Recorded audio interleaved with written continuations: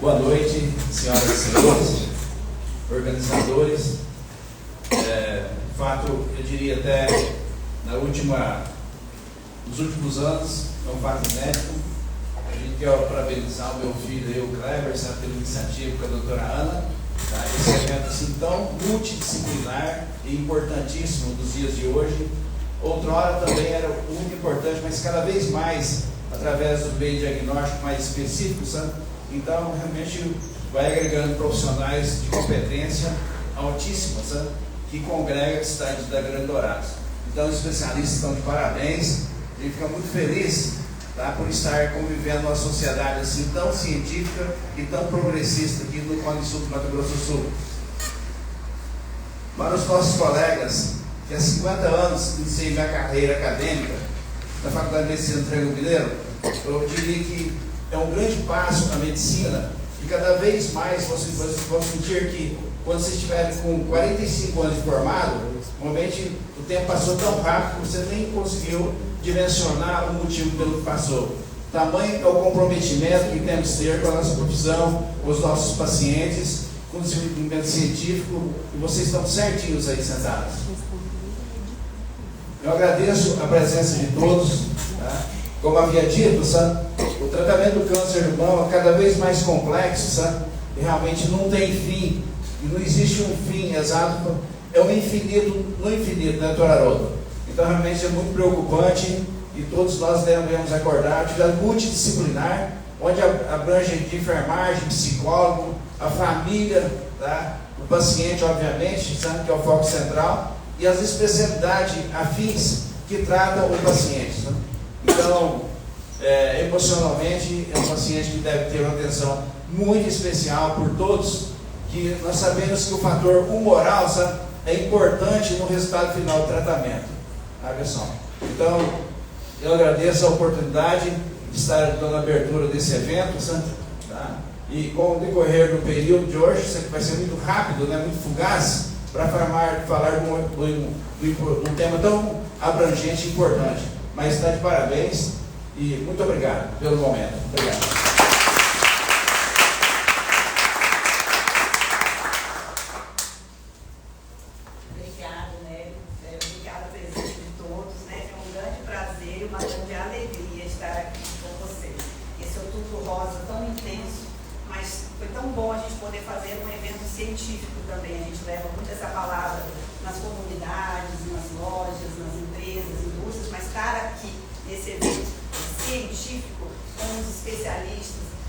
Tratam do câncer de mama é muito gratificante. E com profissionais de saúde de todas as áreas, enfermagem, psicólogos, então é uma alegria, né? E agradecer pela oportunidade, né? Parabenizar o Nélio, o Kleber douradense, chegou em Dourados esse ano e nós já estamos fazendo esse grande evento, né? Com toda a sua bagagem profissional, veio para enriquecer a medicina de Dourados e da região. E é isso que a gente tem que fazer, unir forças. A nossa sociedade, o lema esse ano, é juntos somos mais fortes. Para tudo, né, gente? Inclusive para compartilhar conhecimento.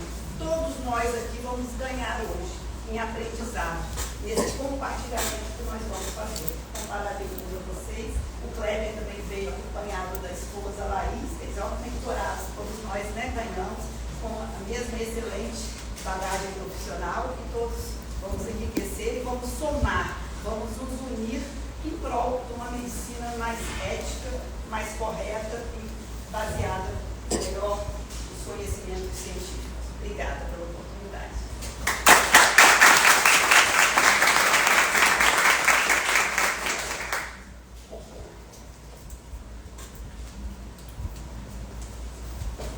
Gostaria de agradecer a eles.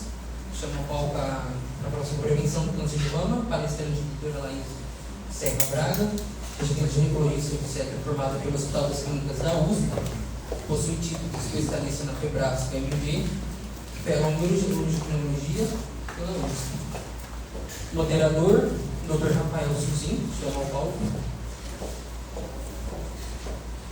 Cirurgião de cabeça.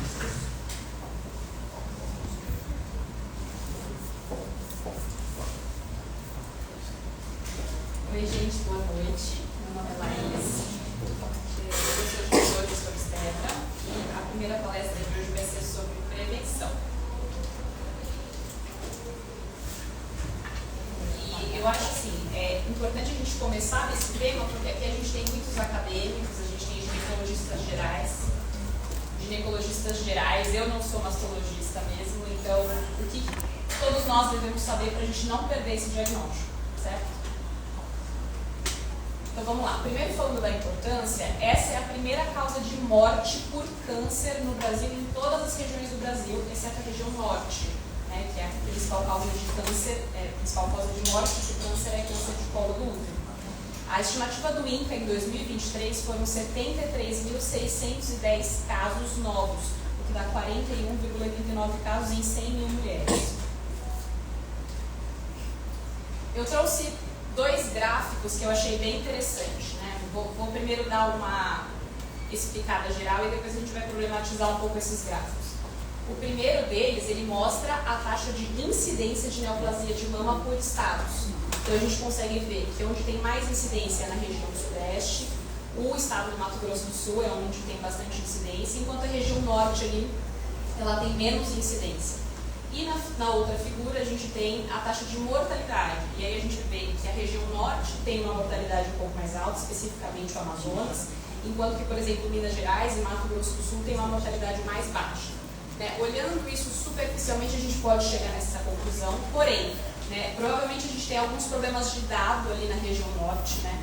Então talvez essa incidência não seja tão baixa, e olhando para o outro gráfico, para outra figura, olhando para outra figura, a gente percebe que talvez essa mortalidade mais baixa nesses estados, né, onde tem uma incidência alta e uma mortalidade mais baixa, também coincida com estados que têm melhor poder aquisitivo, né, e que fazem melhor essa investigação.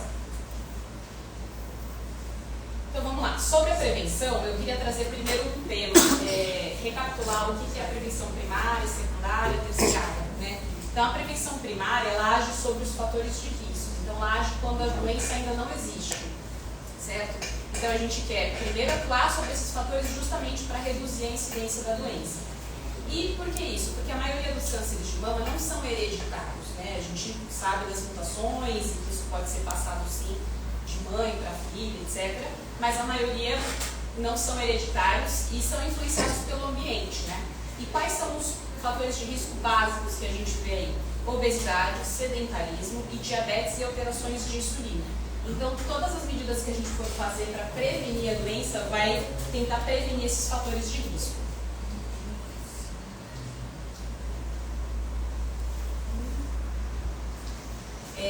Quais são essas medidas possíveis, né? Então, manter um peso adequado, ele seja de 18,5 a 24,9, atividade física regular, e aí a gente fala sobre 75% da frequência cardíaca máxima da paciente. Essa conta a gente faz 220 menos a idade, isso é 100%, e aí 75% é o que o paciente deve atingir quando ele faz alguma atividade física. E aí aqueles 150 minutos por semana, tá? Dieta rica em cereais integrais, vegetais, frutas e leguminosas, limitar o consumo de alimentos industrializados, né, seja fast food, seja carne processada, como mortadela, enfim.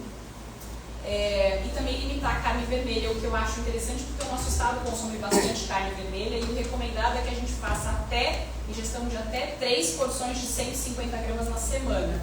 A gente aparentemente come bem mais do que isso, né? Então a gente pensar também nisso.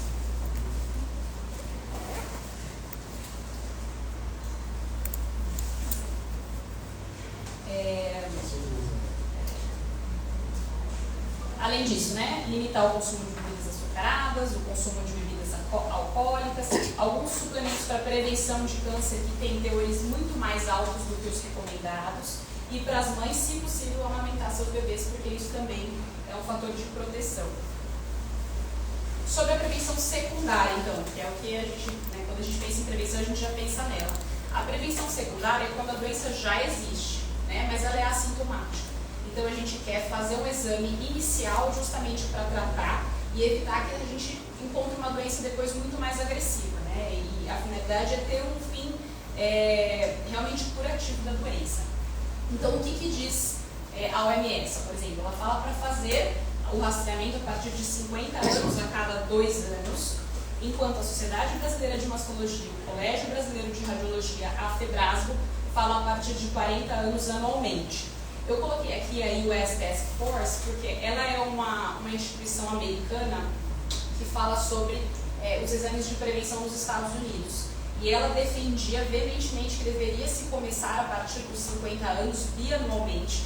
Isso foi uma alteração que foi feita esse ano, né? Em maio desse ano, eles lançaram que, na verdade, realmente precisa começar a partir dos 40 anos anualmente, porque faz diferença na sobrevida. Mas são duas orientações possíveis. O que eu quero também trazer é que o Brasil e outros países em desenvolvimento, eles têm uma taxa alta de câncer em mulheres com menos de 50 anos. Então isso a gente tem que ponderar, se a gente vai seguir os 50 anos ou os 40 anos anualmente, mas aqui a gente tem uma incidência um pouco maior, sendo que 30% dos cânceres acontecem em mulheres com menos de 50 anos. Então quando a gente fala de rastreamento a partir dos 50 anos, a gente vai perder o diagnóstico de 30% das mulheres.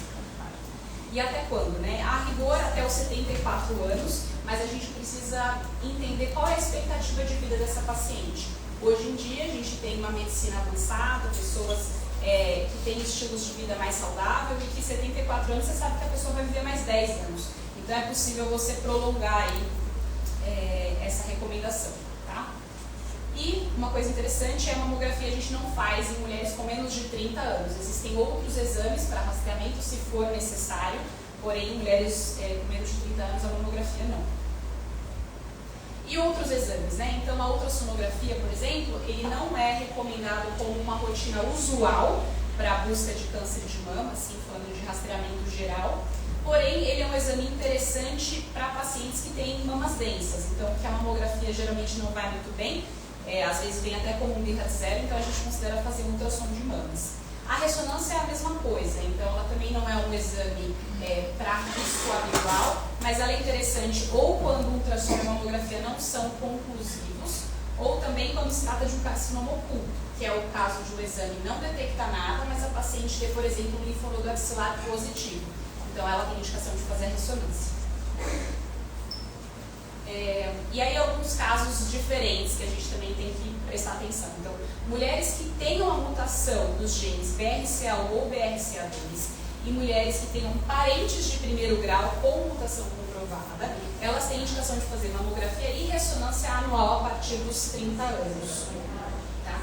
Mulheres que tenham 20% de risco a mais para câncer de mama ao longo da vida, elas também têm indicação de fazer mamografia e ressonância, iniciando 10 anos antes do diagnóstico do parente mais jovem, né?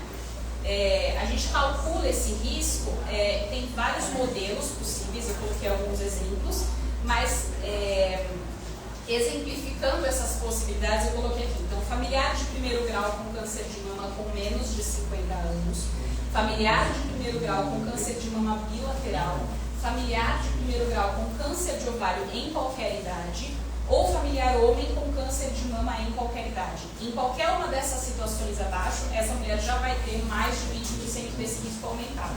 Mas é importante dizer assim, se você pegar uma paciente que tem uma tia com câncer de mama, tem uma prima, tudo, e a gente colocar nesse modelo matemático, talvez ela também seja uma dessas pacientes que tem um risco aumentado.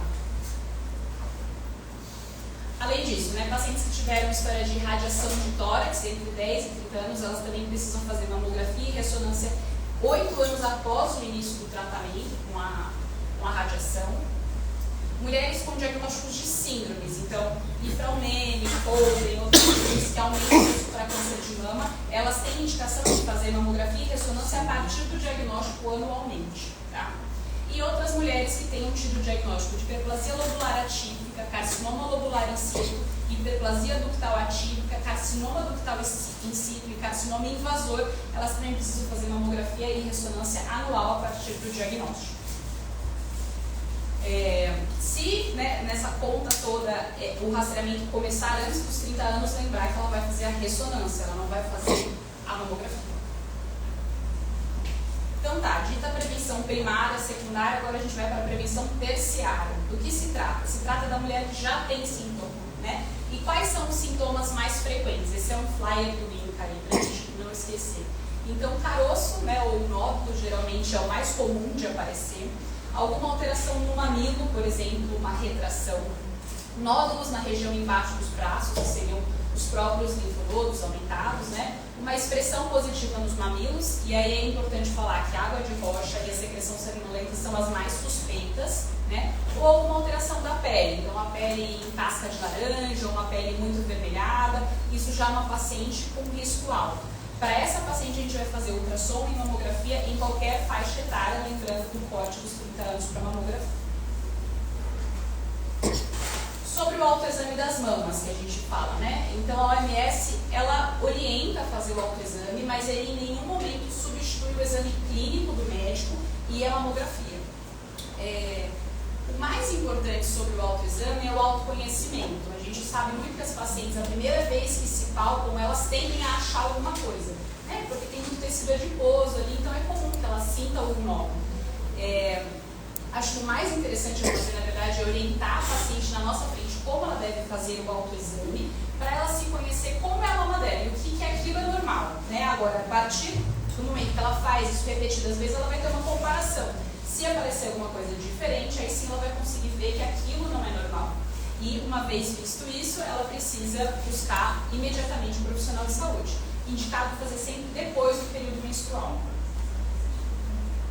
Aí também está um exemplo, né, então, de como a gente orienta o autoexame. A primeira parte vai ser a própria inspeção estática e dinâmica da paciente, então com os braços para baixo, com os braços para cima. Na segunda parte, aí a gente vai pedir para a paciente colocar o braço atrás da cabeça e fazer a palpação mesmo do mamilo, da mama. Então ela pode fazer de uma forma radial, né, seja sentido horário, sentido anti-horário, palpando as duas mamas, né, depois ela troca o braço. E por fim vai fazer a expressão do mamilo para ver se sai alguma secreção.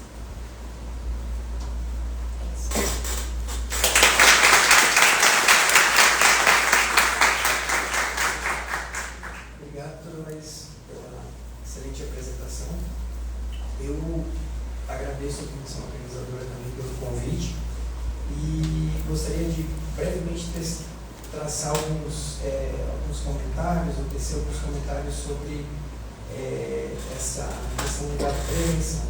Como cabeça e pescoço, tive que voltar a estudar muito essas questões para poder entender um pouco da mama, mas o que me chamou mais a atenção foi que em todas as campanhas de prevenção que nós temos, desde câncer de pulmão, câncer até mesmo de próstata, a única campanha que estatisticamente impactou em análises seriadas é realmente a prevenção do câncer de mama. Então é um modelo que certamente nós temos que copiar e levar para as outras áreas.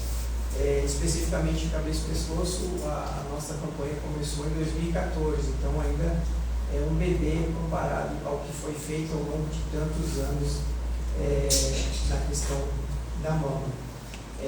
Outro estudo bem interessante agora, que saiu recente, fala da aderência, prevenção durante e após o tratamento, 2 anos após o tratamento, para alguns pacientes com alto risco de câncer de mama. E, surpreendentemente, aqui foi encontrado 37% de diminuição no risco, então, da recorrência do câncer e 58% de redução no risco de mortalidade. Para vocês verem o quanto isso impacta na vida das pessoas de uma maneira geral.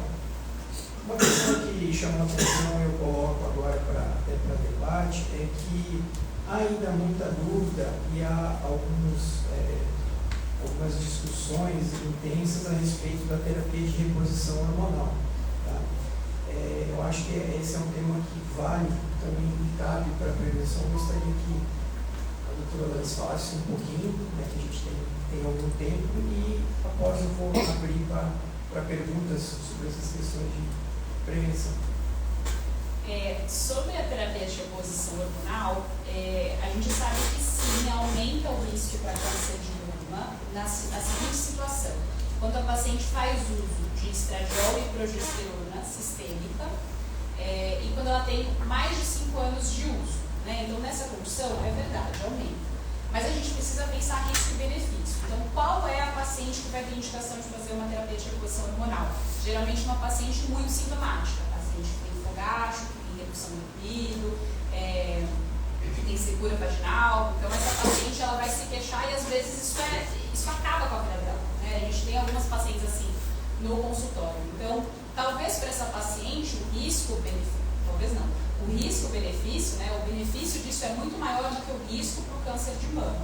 Mas a gente tem que ficar atento sobre qual é a contraindicação. Então, a terapia de reposição, ela tem algumas pacientes que não podem usar, pacientes com doença cardiovascular, com antecedente de trombose, não podem, e pacientes que sim, têm um antecedente de câncer de mama, isso de modo algum, né? Agora, aquelas pacientes que eu citei que têm um risco aumentado também, seja por um parente de primeiro grau, por câncer de mama, seja por um câncer de mama masculino, por exemplo, essa paciente não tem uma contraindicação formal, mas é muito questionável, né? Talvez a gente possa oferecer algum outro tratamento que não hormonal para essa terapia de reposição, né?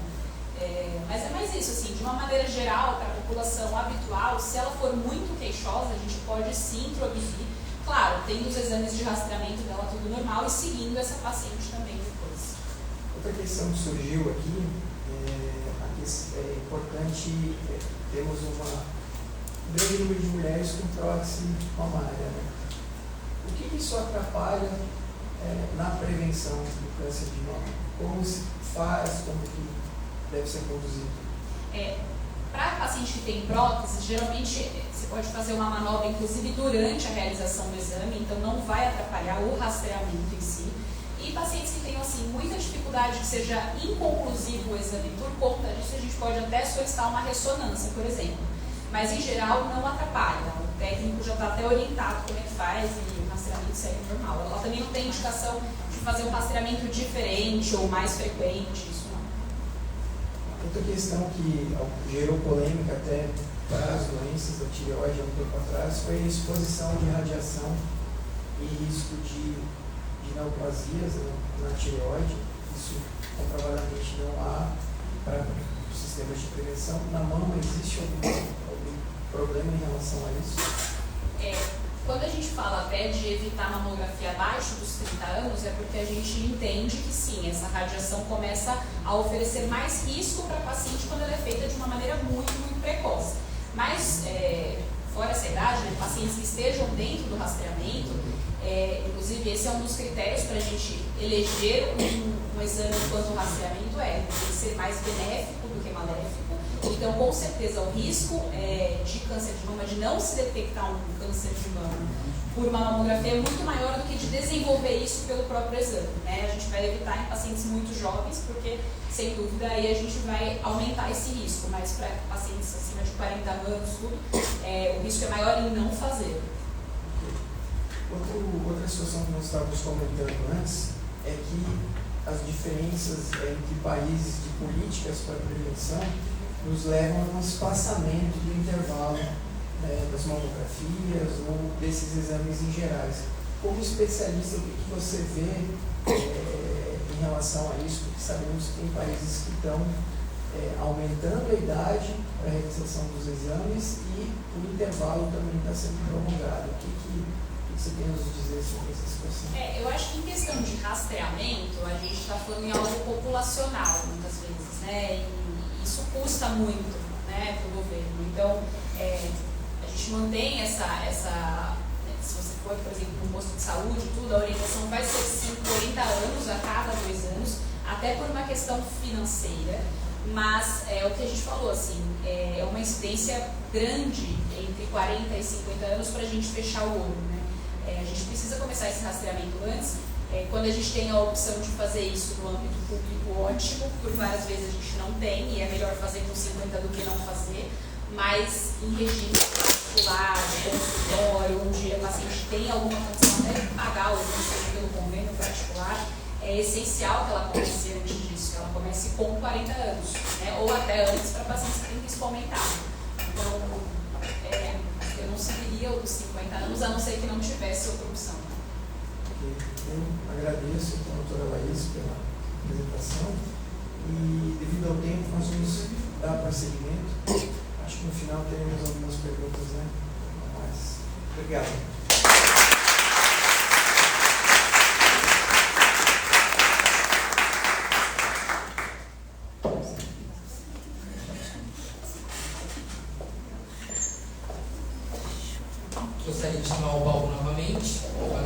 doutora Ana Tereza, para palestrar sobre diagnóstico de imagem e biópsia.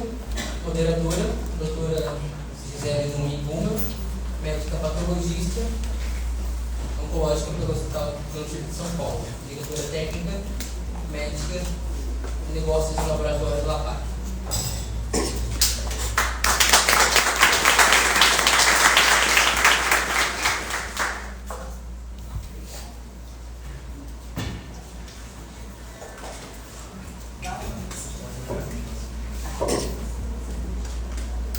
Dando sequência então a esse simpósio, o tema da minha aula é o diagnóstico por imagem de biópsias mamárias. Mas antes eu vou falar sobre o exame físico das mamas. Não podemos ir direto para os exames de imagem e esquecer dessa parte fundamental da propedêutica mamária. As mamas têm que ser sistematicamente examinadas.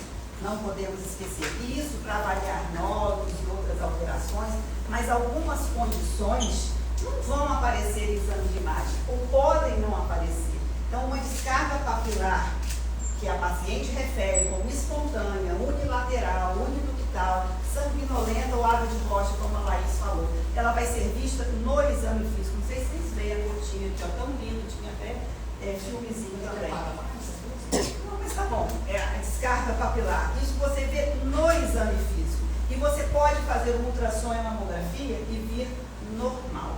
Pode vir normal. E essa paciente pode ter um carcinoma intraductal, ou um carcinoma papilífero, ou um papiloma, que é uma lesão benigna. Então, mesmo com exames de imagem negativos, tem que prosseguir a investigação diagnóstica. Outra situação que a gente só vê no exame clínico é o eczema na areola ou na papila, que está só na papila. E isso é uma doença de Paget, um carcinoma de mama.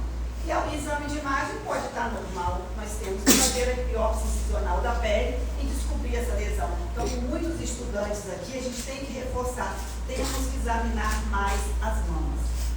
E também num país como o nosso, que mais de 66% dos casos são diagnosticados já com nódulo palpável, quer dizer, só 1/3 vai ser descoberto com a mamografia. Como não falar sobre a palpação? Está reconhecendo, aluno? Recente a paciente que veio em consultório. E isso drasticamente aumentou após a pandemia. E preste atenção, gente, não é a vacina, viu, que está aumentando o caso de câncer de mama avançado. É a pandemia que depois, em 2000 e 2021, as pacientes deixaram de fazer os seus exames, deixaram de ir nas suas consultas e os casos avançados têm chegado em grande quantidade. Mais de 50% dos casos, isso já é média do Brasil mesmo.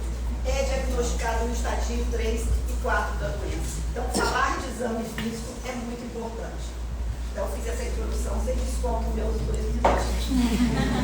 Então, falar dos métodos de imagem para diagnóstico do câncer de mama, mamografia, ultrassom, ressonância e tomografia. E está a doutora Marina e a doutora Bruna, do Cerdil e do Hospital de Amor, que são radiologistas exemplares, e eu estou dando aqui a aula, então qualquer coisa elas me complementam. A mamografia é o principal método, né, o mais utilizado há décadas. Os aparelhos atualmente são todos digital. E a mamografia pode ser indicada no rastreamento, como a Laís falou, mas também para diagnóstico das lesões mamárias encontradas no exame físico.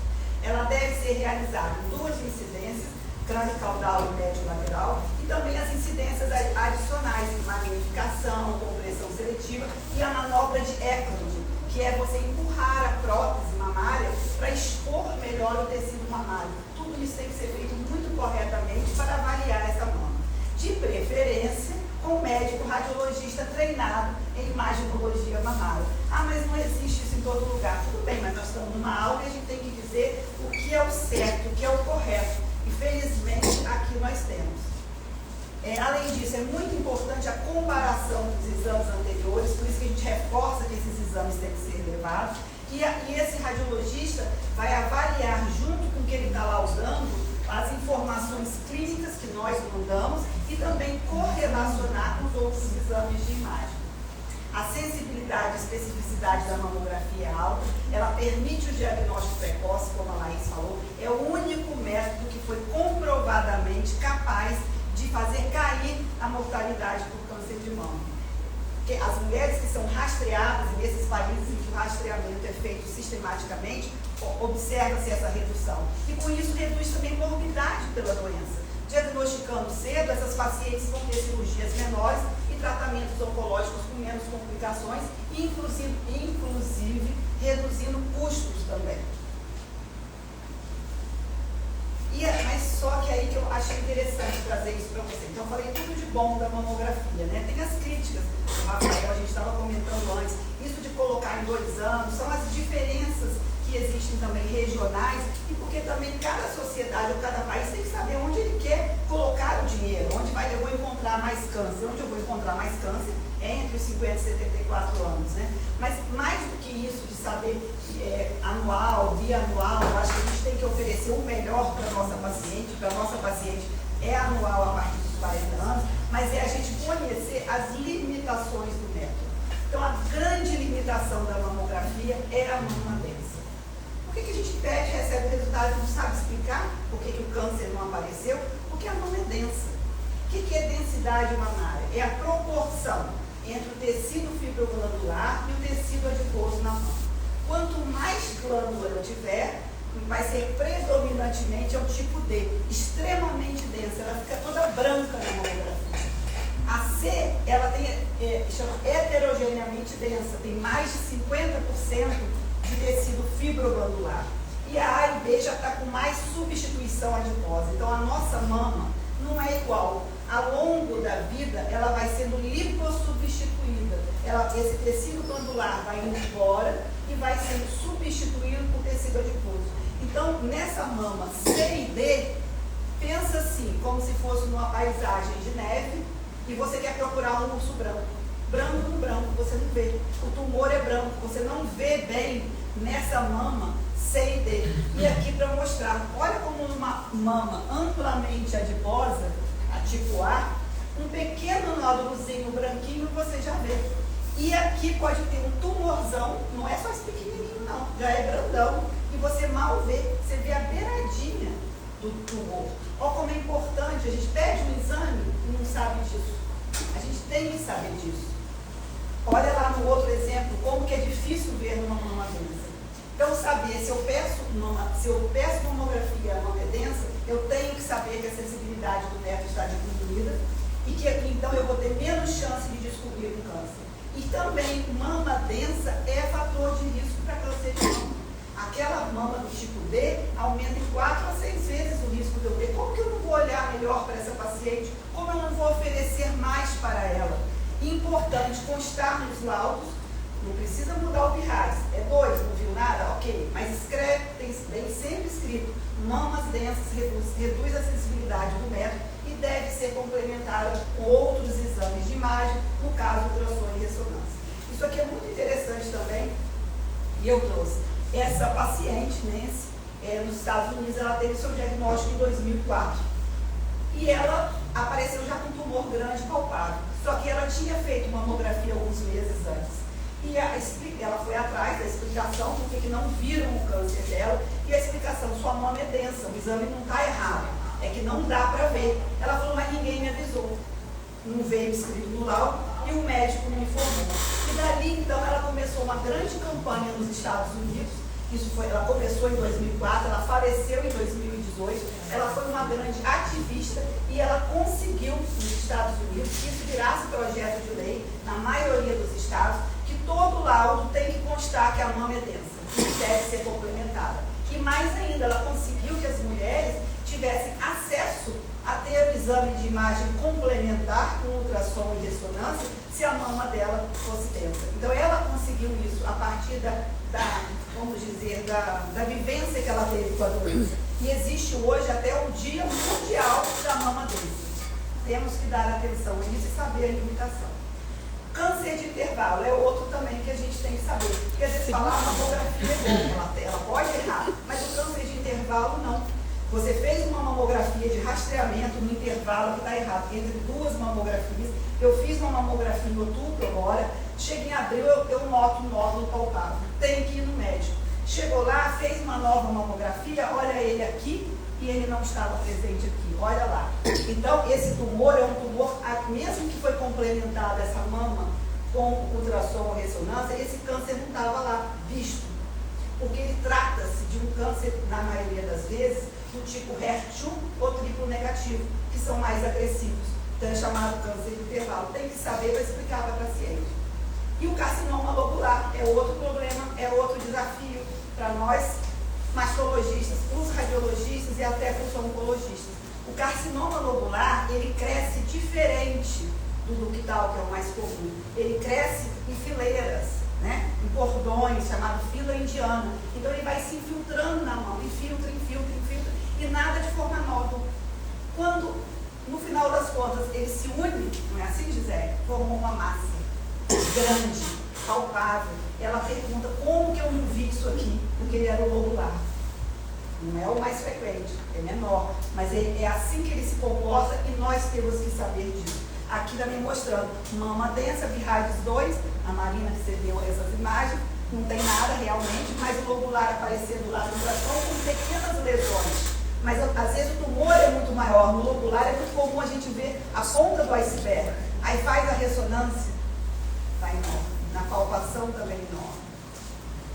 Bem, e a mamografia? A gente tem que esperar que esse laudo venha bem laudado com o sistema Virades, que foi criado em 93, depois ele se expandiu para outras áreas da imaginologia. Atualmente está na 5ª edição, a 6ª edição era para ser lançada esse ano, não foi, está sendo muito esperada para o próximo ano, com algumas mudanças, muitas mudanças, e o objetivo foi uniformizar os achados que se encontram na mamografia. Eu achei isso, eu vi esse nódulo, como eu vou descrever e o que eu vou orientar.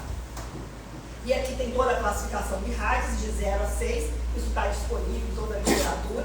E o que mais interessa para a gente claro, são os achados suspeitos, o 4 e o 5 suspeito e altamente suspeito, que precisa fazer a investigação e a biópsia. Então é aqui que a gente tem, é isso que a gente quer descobrir, o que é suspeito. E se depois vier benigno, ótimo.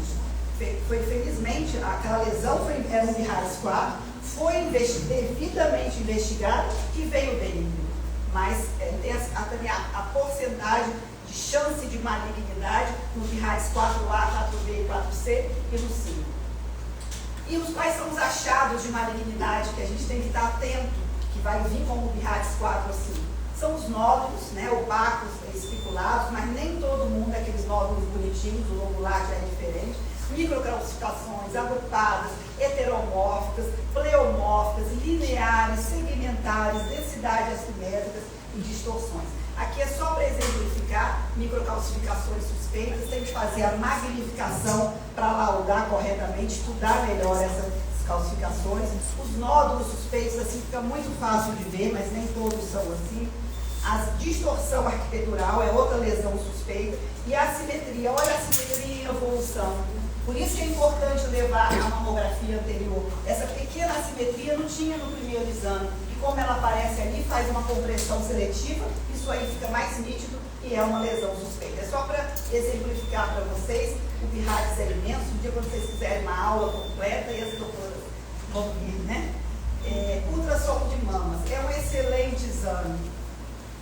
E tem as indicações para ele, como também já foi dito. O principal é complementar a mamografia nas mamas densas e também quando a mamografia encontra um nódulo.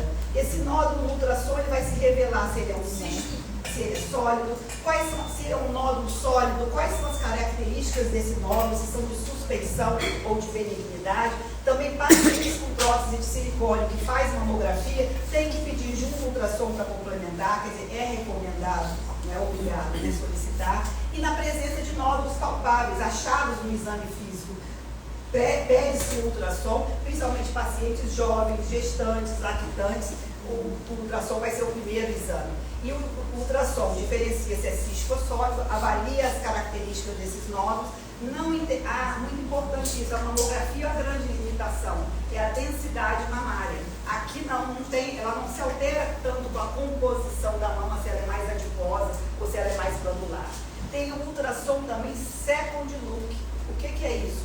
Fez um ultrassom em mamografia, não viu nada, continua numa dúvida clínica, faz uma ressonância, encontra uma lesão, tem que voltar no ultrassom. Chama-se ultrassom second look. Olhando a ressonância, vendo aonde que a ressonância achou para procurar. E se achar, vai ser biopsiado. E guia também procedimentos de biópsia e de marcações pré-cirúrgicas. Aqui também, só para mostrar, tem que avaliar o contorno do nódulo, se o nódulo é mais horizontal, se ele é mais vertical, se ele tem sombra acústica posterior. E baseado em todos esses parâmetros, o radiologista vai laudar o BIRADS correto dessa lesão encontrada. E a ressonância magnética das mamas? Eu amo a ressonância, porque ela é um exame, é claro que não é para rotina, gente, mas é um exame que, além de ver o que os outros veem, o contorno, a morfologia da lesão, ela vê o componente dinâmico da lesão. Ela é com contraste. Então, ela vê como esse contraste distribui na mama e também como ele se distribui na lesão. Ele nos dá muito mais informação. E detecta também tanto lesões in situ como invasivas. As principais indicações. A Marina deu uma aula só disso. E eu tenho que falar num slide agora. Uma aula só disso, Júlia. Né? As principais é o rastreamento do câncer de mama em pacientes de alto risco, que a Laís já falou quais são essas pacientes. A gente tem que identificá-las no consultório para poder pedir o exame que vai servir para elas, que é a ressonância. Rastreamento de mamas densas, e eu vou comentar um pouquinho mais depois. O câncer oculto das mamas, o rastreamento, o que é isso? O que é câncer? A investigação. O que é câncer oculto? A paciente aparece no consultório com um nódulo palpável na axila. Esse nódulo é um linfonodo suspeito. Faz a biópsia, vê câncer. Câncer, manda para a imunistoquímica, é de mama. Não é linfoma, não é melanoma, é de mama. Não se achou nada no exame clínico, não se achou nada na mamografia, não se achou nada na ressonância, faz a ressonância e não acha nada, fechou o diagnóstico de carcinoma oculto da mama e ele vai ser tratado como um câncer de mama. A avaliação da prótese de silicone.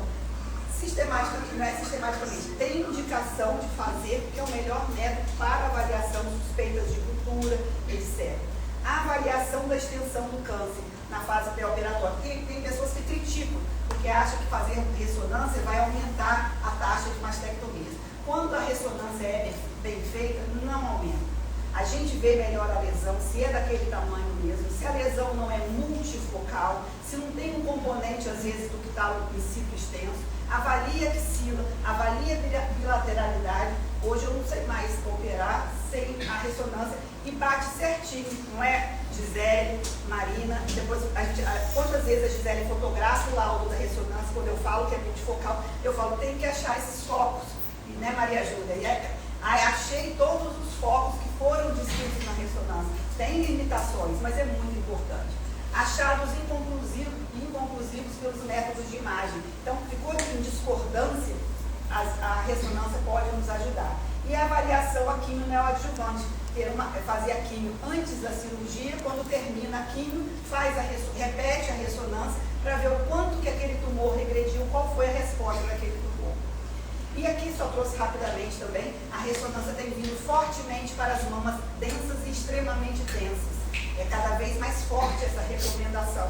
Por vários trabalhos, inúmeros trabalhos. Esse é só um grande trial, só para demonstrar e que todos eles comprovam que a ressonância em mamas extremamente densas, aquela D, ela aumenta a detecção de tumores, ela detecta também mais tumores pequenininhos, que é o que a gente quer, não é diagnóstico precoce, ela aumenta naquelas mamas densas. E ela tem uma menor taxa daquele carcinoma oculto das mamas. E a tomossíntese também, a outra colega radiologista veio em julho em Dourados, deu uma aula só de tomossíntese, eu vou resumir aqui para vocês o que é. A tomossíntese é uma evolução da mamografia digital, é um upgrade da mamografia. É o mesmo aparelho de mamografia, só que ela vai fazendo o tubo vai virando, vai fazendo um contorno e vai fatiando essas imagens em fatias pequenas, 1 a 10 milímetros. Com isso, eu vou conseguindo tirar essa sobreposição de estruturas que tem, por exemplo, numa mama densa. Então, às vezes, parece que é alguma coisa e ao fatiar melhor essa imagem, vê que não era nada. Olha que interessante. Ou então, no meio daquele monte de tecido fibroglandular, ao fatiar, encontra um câncer pequenininho. Então, ela reduz a taxa de reconvocação de falso positivo, melhora a taxa de detecção de câncer inicial. Então, se eu comparar tomossíntese com mamografia digital, no rastreamento, eu vou detectar mais câncer pequenininho, mais diagnóstico precoce. E as principais indicações é nas mamas densas, nesses casos de dúvida, de distorção, de assimetria, mas também os consensos da sociedade referem que aonde você tem a mamografia, a tomossíntese, podendo substituir a digital, ela deve ser feita. E está tendo uma consulta pública, depois eu até vou colocar lá no Instagram e tal, que todo mundo pode votar, para incluir a tomossíntese no rol da saúde suplementar, de tão importante que ela é. Vamos votar para ela ser aprovada. Agora eu vou falar mais rápido ao finalzinho da minha aula, são os tipos de biópsias. Então a gente examinou a paciente, solicitou os exames de imagem, tem uma lesão suspeita que precisa ser investigada, eu posso utilizar a biópsia de fragmento, que é a core e a mamotomia, ou a biópsia cirúrgica. A PAF ela é utilizada há muitas décadas, é um exame rápido, barato, fácil de aprender, de fácil execução, e que nos traz muita informação, né, Gisele? Porém, ele tem as desvantagens, ele é citológico, ele obtém células, então ele pode ter maior número de falsos negativos, maior taxa de material insuficiente, ele pode não conseguir diferenciar o carcinoma in situ do invasivo, e também não tem material, se vem positivo para câncer, não dá para a gente mandar para imuno, então ele tem essas limitações. E as principais indicações, quando que a gente pede uma PAF? Pode pedir em várias situações, mas as principais, quando a gente acha que o tumor é mais para benigno, o BIRADS 3, que é provavelmente benigno, o BIRADS 3, bem dado, bem avaliado, pode controlar. Mas em algumas situações a gente precisa biopsiar esse BIRADS 3. A paciente que vai entrar no processo gravídico corporal, paciente que vai embora e não pode controlar, às vezes uma paciente que não tinha aquele achado e ela está usando o TRH, enfim, eu já acho que ele é benigno. A PAF cai muito bem, ela vem e comprova que é benigno. A avaliação também dos linfonodos e também para aspiração de cistos. Agora, a cobiópsia, esse é o principal tipo de biópsia que a gente usa para fazer diagnóstico de câncer de mama. É uma pistola, faz um botãozinho anestésico, a pistola entra na lesão e tira fragmentos dessa lesão. Então ela nos dá um material tecidual, é um diagnóstico histopatológico.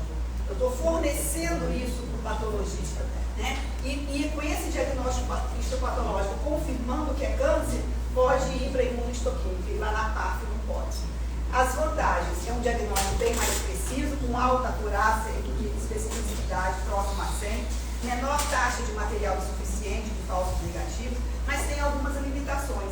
Uma lesão muito pequena pode ser que eu não acerte o disparo, que eu não consigo chegar naquela lesão de 0,5.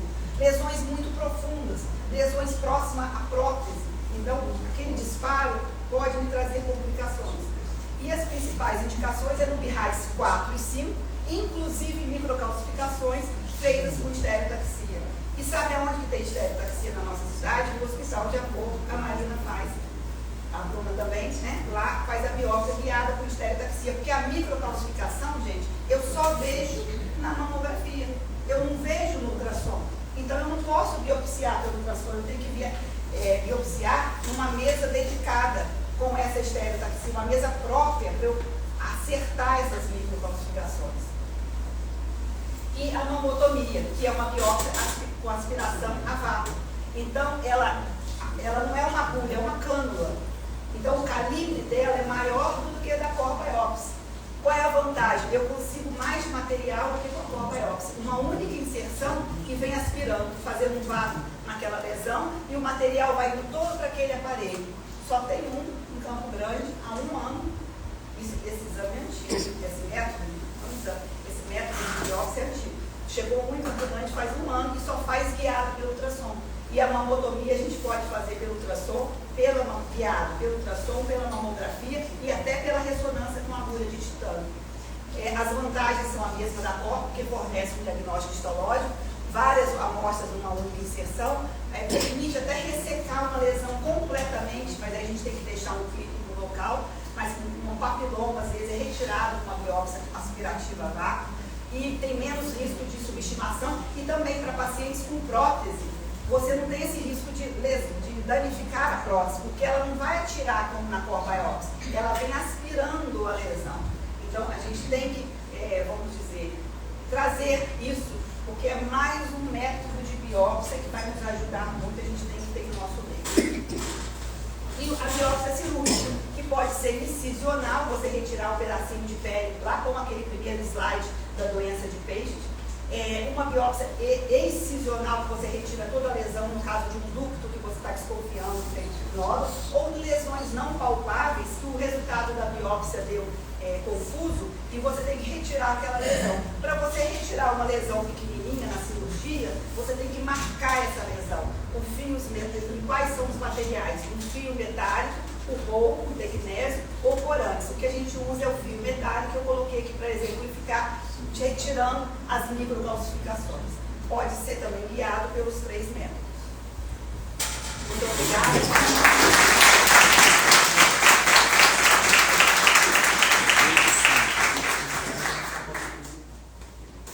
Parabéns, doutora Ana. Como sempre, uma aula super explicativa, didática. Quero agradecer a honra de estar aqui hoje também, representando um pouco dos patologistas, né? E começando assim, comentário sobre a aula, né? A gente faz muitos trabalhos juntos, né? O doutor Nélio comentou a questão da equipe multiprofissional, né? Vou levantar. Nós, como patologistas, a gente fica muito no cenário dos bastidores, né, que a gente fala, mas a gente está sempre preocupado com o diagnóstico e com a condução do caso. Então é muito importante vocês saberem que uma equipe multiprofissional, né, uma equipe bem formada, bem alinhada, faz toda a diferença na hora de um tratamento, de uma condução de um caso. Por quê? Você aumenta a assertividade, aumenta a agilidade e a questão também do acompanhamento. Então, você ter uma equipe bem formada é essencial para o paciente, porque cada vez mais, principalmente, né, o câncer de mama, depois eu acho que a doutora Miguel vai falar bastante também, mama, hoje a gente fala muito no tratamento individualizado, né? Dentro da oncologia, eu acho que é um dos cânceres que a gente mais tem visto a individualização dos tratamentos. Então, você ter uma equipe dessa é importante também para conduzir os casos de forma individualizada. Isso a gente vê muito nos grandes centros, no interior é mais difícil, a gente, graças a Deus, aqui em Dourados, a gente faz muito esse trabalho, mas a gente sabe que no Brasil lá fora é muito difícil, né? Então, como tem bastante acadêmico aqui, eu queria falar, né, a gente falou um pouco da biópsia, a doutora Ana falou um pouco da biópsia, eu queria enfatizar a importância do acondicionamento dessa biópsia, que é o quê? A condição pré-analítica que a gente fala. O patologista, a gente não tem controle sobre essa fase. E, pelo que eu me lembre, não me ensinaram isso na faculdade. Então, vocês vão me falar se isso vai ser claro ou não. O que é a fase pré-analítica? É a fase antes do material chegar no laboratório, ou seja, o médico ele é responsável por esse acondicionamento, por essa biópsia, né, a coleta, para o patologista conseguir analisar de uma forma adequada e assertiva. Então, pessoal, médicos que estão formandos, que assim, estão ainda na fase, né, de aprender, eu acho que é importante você saber o cuidado que você tem que ter com esse material, porque o material da biópsia ele é o início de tudo. É o início do diagnóstico, e esse material também, além do diagnóstico que você vai dar, que é o tipo histológico e o grau de agressividade, que é a biópsia inicial, ele ainda vai ser um material que vai ser feito imunistoquímica, que é uma coisa concomitante hoje.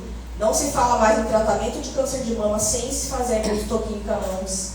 O planejamento ele deve ser feito junto com a imunistoquímica. E esse material a gente tem visto cada vez mais os oncologistas pedirem para a gente para fazer um exame molecular, um exame genético, porque a gente tem visto esse aumento de pacientes jovens, abaixo de 40 anos, saiu um estudo recente que avaliou quase 30 anos no Brasil, de 1990 até 2017, foi antes da pandemia isso, que houve mais de 40% de aumento de câncer. E mulheres estão sendo diagnosticadas, 41% de mulheres que foram diagnosticadas foi abaixo dos 50 anos, ou seja, na faixa dos 40. E a gente tem visto mais jovem ainda, abaixo dos 30, né, doutora? 20 já pegamos também, mas é mais raro. Mas os 30 não tá naquela faixa etária rara, não, a gente está pegando bastante. Então, a questão de fazer o rastreamento, né, genético também é uma realidade cada vez maior. E quando a gente sai da faculdade, a gente não se atenta muito a isso. A gente não se atenta muito a cuidar desse material. Então, o que a gente pede para um patologista? Cuide desse material. Faça uma biópsia correta, não queime o material, porque se você queimar, a gente não consegue ver nada. Coloque ele imediatamente no formol, porque senão ele já começa a fazer essa autólise. E o formol, ele deve ser tamponado. Por quê? O formol, ele tem um pH, né? Quando ele oxida, ele forma o ácido, ele se transforma numa solução mais ácida. Se você faz esse tamponamento, você evita essa acidez. E por que a gente precisa evitar essa acidez? Porque ele destrói os anticorpos, que vão ser feitos para que se quer pesquisar na imunistoquímica, destrói o DNA, RNA, também para fazer uma biologia molecular, e, além disso, a arquitetura e as células, né, que a gente ainda consegue enxergar, mas a parte molecular a gente realmente fica danificado. Então, vocês veem quantas coisas estão envolvidas, né, numa biópsia. Então, você preencher uma requisição também, colocando o local, colocando o horário que foi feita essa biópsia, é essencial, gente. Por quê? A biópsia, ela tem um mínimo de tempo para ser fixada e um máximo de tempo para ser processada. Vocês conseguem compreender isso? Por quê? Não pode passar de 72 horas, senão a minha imunistoquímica já vai ser prejudicada. Eu já vou perder anticorpos. Então, isso vai afetar na imunistoquímica, que é o quê? A gente tem que ver intensidade e quantidade. Então, se eu tenho menos anticorpo, eu vou ter menos quantidade e intensidade. Então, a gente tem que ter essa fixação adequada. O que é adequado? É entre 12 e 36 horas. No mínimo 6 horas. Essa é a importância de você escrever no frasco que horas foi comido.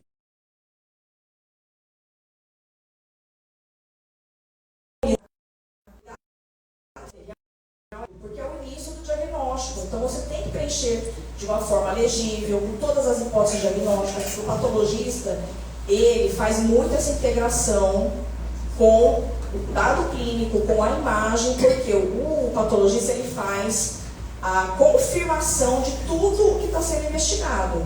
Então, se eu chego com um papel que não está escrito nada, pele, eu vou começar do zero.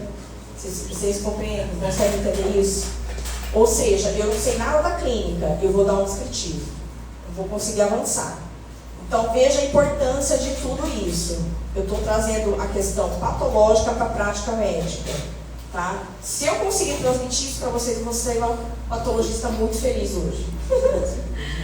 Né? Então, bom, doutora, vai dar para comentar pouco, hein? É o seguinte, gente, cuidado com a biópsia. Vocês compreenderam, espero que tenha bem claro isso. A questão das jovens, eu acho assim, todos os médicos, principalmente um ginecologista, tem que ter esse conhecimento sobre a mamadença, que é uma coisa muito comum, né, doutora Ana? E que o médico ele precisa saber para conduzir isso. Vai encaminhar para o mastologista, o que ele deve fazer, como ele vai pedir, como ele vai conduzir, não é? Então, o mastologista, você não é um especialista que você não vai ter no interior, muitas vezes, né, doutora Ana? Então, eu acho que isso tem que ter na formação médica. Isso aí tem que, a gente não tem isso na faculdade, por exemplo. E o câncer de mama, ele deveria ser um tema realmente importante na faculdade. Porque a incidência realmente é muito alta e tem aumentado ano a ano, gente. Não diminuiu, ele está aumentando. Aumentou 40% nesses 30 anos. Então, olha a gravidade do nosso quadro. 1 entre 8 mulheres vão ter câncer de mama um dia na vida. Então, você imagina, 1 a cada 8 mulheres que estão aqui vão ter câncer de mama. Então, a gente tem que estar preparada para isso. E as mamas densas, além de ser um fator de risco, as pessoas não sabem conduzir, né, os médicos. Então, isso daí eu acho que é muito importante. A questão também da paciente mais jovem, ela está enfrentando outros problemas, né, doutora? Ela tem a questão familiar, a gestação, né, a qualidade, tudo isso o médico também tem que estar preparado para assumir, não é, doutora Ana? A questão do diagnóstico da paciente jovem que ainda não tem uma família constituída. Então isso eu acho que o médico também tem que estar preparado para saber orientar.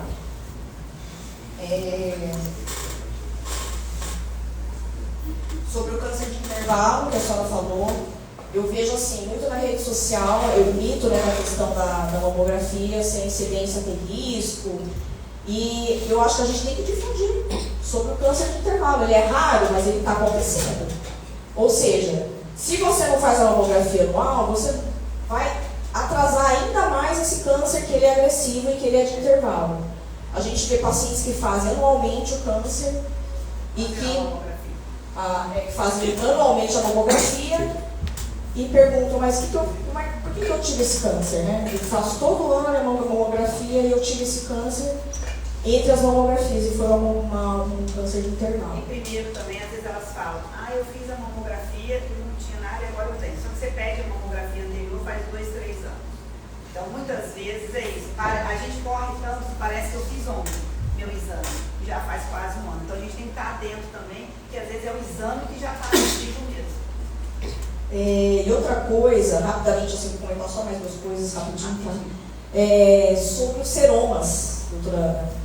Como que o clínico, o ginecologista, o seroma tardio, né, que a gente sabe que é aquele que deve ser investigado. O que é o seroma? É aquela coleção líquida que está relacionado com o uso de prótese mamária, que está relacionado com linfoma, né, que é o BIA, que a gente fala que é o linfoma associado à prótese mamária, ou linfoma anaplásico de grandes células, que é o linfoma T, anaplásico, e que ele tem um alto índice de cura se diagnosticado de forma precoce.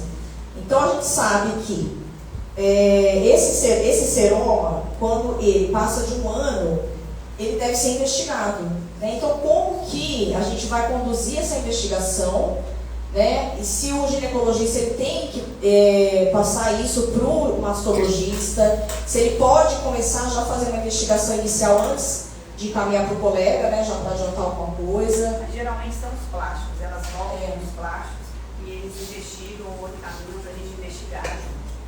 A gente teve um caso, né, Kleber, daquela paciente, né, a gente conseguiu fazer todos os exames, e aí o que é interessante é porque esse câncer ele não faz massa, geralmente, né?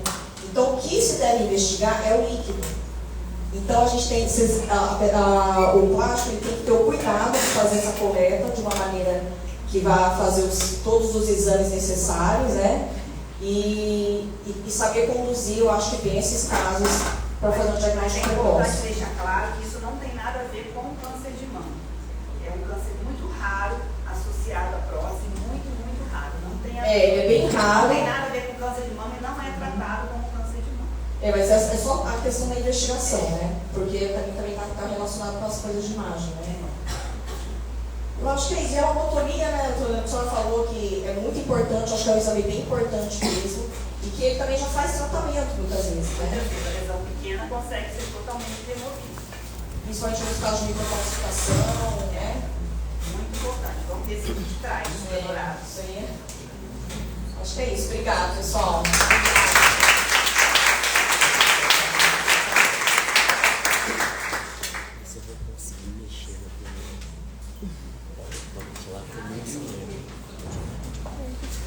Gostaria de chamar o Paulo para falar sobre o diagnóstico patológico. O palestrante Dr. Fábio Rocha Lima, médico patologista e mestre em Ciências de Saúde pelo FGV. Moderador, Dr. Haroldo Henrique da Silva Rodrigues, cirurgião oncológico e docente do curso de medicina do FGV.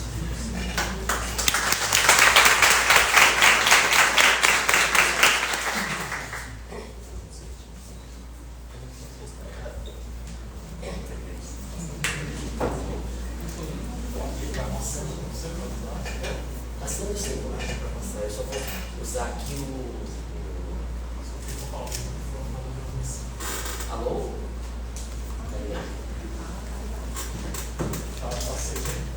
Não.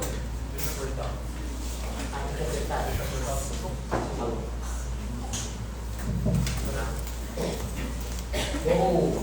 Boa Boa noite a todos, né? Eu sou o Dr. Fábio, médico patologista, né? Sou diretor técnico lá do Artemis Laboratório e vou falar um pouquinho aí sobre a questão do diagnóstico patológico, né? Agradecer aí a doutora Ana e a doutora Gisele, que já deram uma introdução fantástica que facilita bastante o nosso caminhar aqui, né? Bom, nós vamos entrar mais diretamente no diagnóstico patológico, falando mais do laudo histopatológico propriamente dito e como que o patologista trabalha. Próximo, por favor.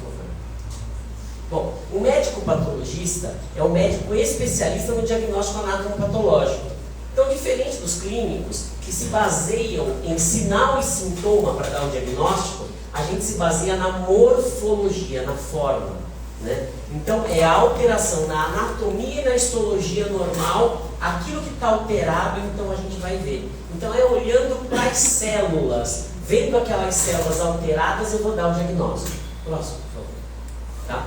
Então, o exame anatomopatológico, ele vai ter uma parte macroscópica, em que eu vou ver as alterações na macroscopia daquela mama. Então, se me manda um nódulo de mama, eu vou olhar quais são as características dele, qual o tamanho, qual o formato dele, se as bordas são regulares ou não, né? E vou representar aquilo, fazer uma lâmina histológica, olhar no microscópio, ver quais as alterações, o que aquela célula tem de diferente da célula mamária normal, né, na avaliação microscópica, e fechando isso, vou dar um diagnóstico. Próximo. Aí eu vou trabalhar essa aula nas respostas principais, não todas porque o nosso tempo é pequeno, mas nas respostas principais que o patologista tem que dar para o mastologista, para o cirurgião, para o oncologista. Tá? A primeira pergunta é se aquela lesão é in situ ou é invasiva. Tá certo? Então o que é? O in situ é o carcinoma que não ultrapassou a membrana basal. É aquele tumor que ainda está dentro do sistema canalicular, do sistema dos ductos mamários, dentro do lóbulo e dos ductos mamários. E o invasivo é aquele que invade o estroma, que já está dentro do tecido conjuntivo. Próximo. Tá? Então aqui você vê, ó, esse tumor aqui, ó, ele está dentro do ducto, tá certo? É um tumor in situ. Você vê se o ducto está grande, está alterado, mas essas células atípicas estão dentro do ducto. Isso é um carcinoma in situ. E esse aqui, ó, ele está invadindo. O rosa aqui é o tecido conjuntivo. E esse tumor aqui, ó, está invadindo o tecido conjuntivo. Então é um carcinoma invasivo.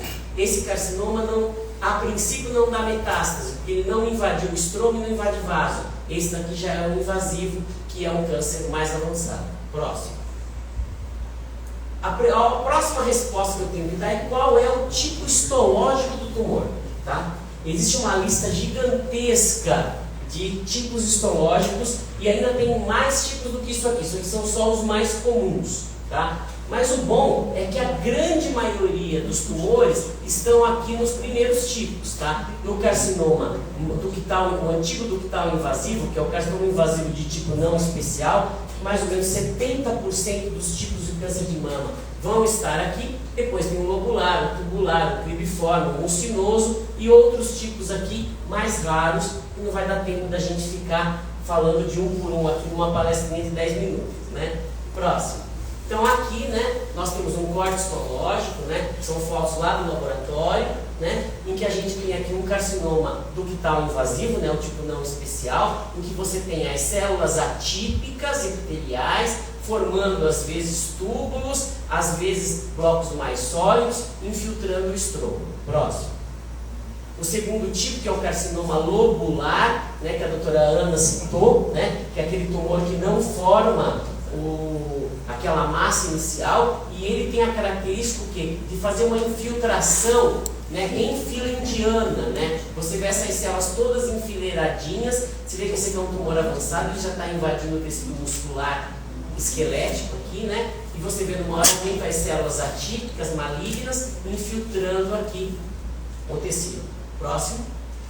Aqui, né, um carcinoma mucinoso, então você vê as células epiteliais atípicas produzindo a mucina. Isso aqui é mucina, tá? Então ela também é um subtipo histológico do carcinoma mamário invasivo, né? O produtor de mucina, que é o carcinoma mucinoso. Próximo. Bom, o que nós temos? Qual a próxima resposta que o patologista tem que dar? Qual é o grau histológico do tumor? E para poder falar do grau histológico, nós temos 3 avaliações: o grau nuclear, a diferenciação tubular e o índice mitótico. Tá? Próximo. O grau nuclear, você vai avaliar o núcleo da célula. Ele pode ser grau 1, grau 2 ou grau 3. Próximo. Aqui nós temos algumas imagens, né, que dá para a gente ver. Aqui, no carcinoma lobular, aqui é um grau 1, né? Então você tem os núcleos predominantemente regulares, redondinhos, menores, apesar de hipercromáticos. Aqui no grau 2 os núcleos já são maiores, mais irregulares, né, num formato um pouco mais atípico. E o grau 3 são os núcleos chamados anaplásicos, tem um grande pleomorfismo. Então você vê que as células são muito irregulares, tamanhos muito variados, núcleos bizarros, tá? Então esse é o grau 3, esse é o grau 1 e o intermediário é o grau 2. Isso é muito importante, nós vamos trabalhar com a diferenciação celular, né? E quanto maior o grau nuclear, pior a característica desse tumor e pior o prognóstico. Próximo. O segundo é a diferenciação tubular, ou seja, aqui nós já estamos falando em diferenciação do tumor. Quanto mais parecido aquela célula for com a célula que deu origem, ele é mais bem diferenciado, ou seja, ele é teoricamente melhor. Quanto mais atípico, mais diferente, mais ele perde a semelhança com aquela célula, pior é o tumor, tá certo? Então, como esses tumores eles têm origem nos ductos mamários, quanto mais diferenciação tubular ele tiver, melhor. Seria o score 1, ser mais de 75% do tumor formando túbulo, tá? O score 2 entre 10% e 75% e o score 3 quando a diferenciação tubular é menos de 10% ou não tem diferenciação tubular. Próximo. Aqui você vê, né, o tumor formando túbulo, tá certo? Esse é o padrão tubular. E aqui um tumor totalmente sólido, onde você não vê túbulos, tá certo? Então você vê, quanto mais túbulo ele formar, melhor, menor o grau. Quanto menos túbulo ele tiver, pior vai ser esse tumor. Próximo. O índice mitótico. O índice mitótico é o seguinte, você tem que identificar na lâmina, né, a presença de mitoses, né? Você vê aqui nessa lâmina uma mitose mais explosiva aqui, e aqui uma mitose bem bonita, né, que essa célula já está se separando. O índice mitótico, ele caracteriza o quê? A proliferação celular. Quanto mais mitose, mais rápido esse tumor essas células estão se dividindo, mais rápido esse tumor está crescendo, ou seja, pior é o prognóstico.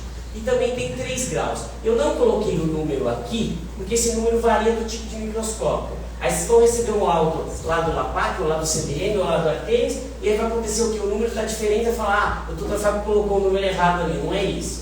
O que acontece? Cada microscópio tem o seu tamanho de campo e cada laudo de cada laboratório vai ter lá o seu tamanho do campo e o número de mitoses relacionadas a isso. Próximo. Tá? Aí o grau histológico, então, ele vai ser baseado no quê? Na soma daqueles números. Como eu falei, tanto o índice mitótico, quanto o grau nuclear, quanto o índice tubular é 1, 2 e 3. Então você vai definir qual que é o grau nuclear, qual é o grau de formação tubular e qual o grau de mitose. Se essa soma der de 3 a 5, o tumor é bem diferenciado, ou seja, é o melhorzinho. Se ele for de 6 a 7, ele é intermediário, e se for de 8 a 9, ele é um pouco diferenciado ao alto grau, ou seja, o tumor é mais maligno, ele está crescendo mais rápido, ele é mais diferente, ele teve uma mutação muito maior, ele está muito mais diferente do que aquela célula que lhe deu origem, e esse tumor vai crescer mais rápido e vai responder pior aos tratamentos. Próximo. A próxima resposta que o patologista tem que pôr no laudo é a invasão vascular, tá certo? Porque o tumor, as características das células malignas invasivas é que ela tem capacidade de invadir vasos sanguíneos, cair da corrente sanguínea e ou linfática e dar metástases à distância. Então, se eu ver célula dentro do vaso, aqui é um vaso sanguíneo, você tem um endotélio e o tumor está dentro do vaso. Se eu vejo célula dentro do vaso, significa que a chance desse tumor estar já se disseminando e fazendo metástase é maior. Próximo. A invasão perineural, né? Então isso aqui é um nervo, isso aqui é nervo, isso aqui é célula neoplásica. O tumor infiltrando o nervo também é um dado importante que tem, porque essas células podem seguir pelos trajetos neurais e se disseminar também pelos trajetos neurais. Próximo. Outro dado importantíssimo que o patologista tem que dar: o tamanho do tumor e a extensão tumoral. Ou seja, qual é o tamanho daquele tumor? É 1 centímetro? É 2? Né? Ou até 9 centímetros? Teve um caso nessa semana que a gente fez com o Paulo Maurício, né? O tumor tinha 9 centímetros de extensão, pegando praticamente a mama toda, um tumor enorme, né? Então, o tamanho do tumor, e claro, se ele invade a pele, a parede torácica, músculo, ossos ou outros órgãos. Isso aqui é muito importante, que vai trabalhar o estadiamento do tumor. Próximo.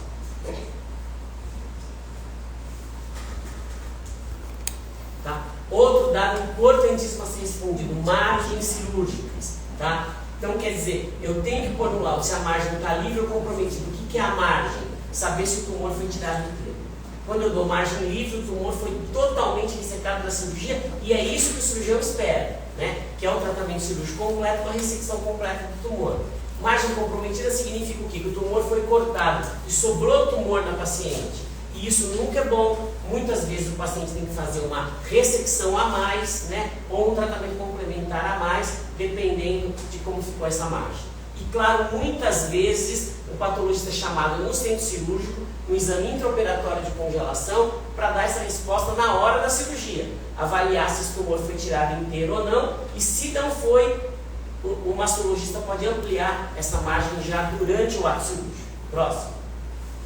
A avaliação dos linfonodos axilares também é uma resposta importantíssima que o patologista tem que dar. A presença ou ausência de metástase para os linfonodos axilares. A gente avalia no esvaziamento axilar, quando o cirurgião tira todos os linfonodos da axila, ele tira toda a gordura axilar, manda para o laboratório, aí a gente seca, conta quantos linfonodos tem, quantos estão livres, quantos têm metástases.